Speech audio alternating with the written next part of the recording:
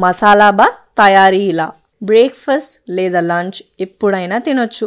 మనం రకరకాల రైస్ వెరైటీలను తయారు చేస్తూ ఉంటాం. మనం సులభంగా తయారు చేసుకోగలిగిన రైస్ వెరైటీలో మసాలా బాత్ కూడా ఒకటి. మహారాష్ట్ర స్పెషల్ వంటకమైన ఈ మసాలా బాత్ చాలా రుచిగా ఉంటుంది. దీన్ని తినడం వల్ల రుచితో పాటు ఆరోగ్య ప్రయోజనాలు కూడా పొందొచ్చు. ఈ మసాలా బాత్ ను ఎవరైనా చాలా సులభంగా తయారు చేసుకోవచ్చు. రుచిగా కమ్మగా ఉండే ఈ మసాలా బాత్ ను ఎలా తయారు చేసుకోవాలో అన్ని వివరాలను ఇప్పుడు తెలుసుకుందాం.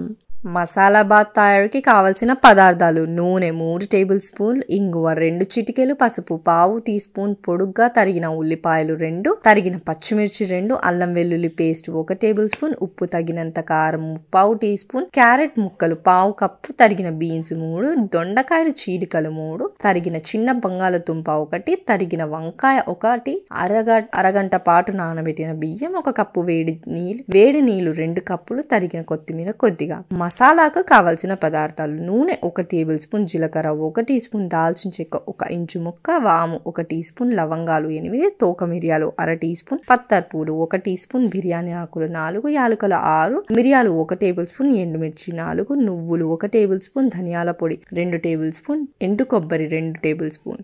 మసాలా బాత్ తయారు చేసే విధానం: ముందుగా కళాయిలో నూనె వేడి చేసి తర్వాత మసాలా పదార్థాలు ఒక్కొక్కటిగా వేయించాలి.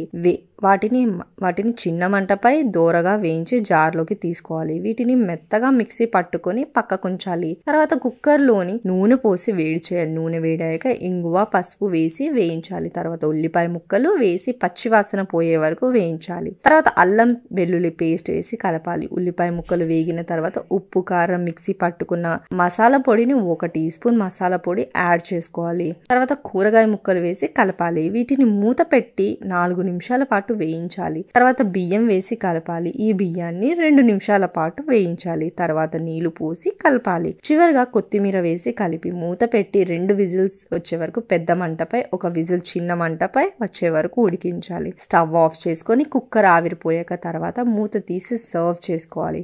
ఇలా చేయడం వల్ల ఎంతగానో రుచిగా ఉండే మసాలా బాత్ తయారవుతుంది. లంచ్ బాక్స్లోకి అలాగే నోటికి రుచిగా తినాలనుకుంటున్నప్పుడు ఇలా మసాలా బాత్ను తయారు చేసుకొని తినొచ్చు. దీన్ని అందరూ ఎంతగానో ఇష్టపడి తింటారు.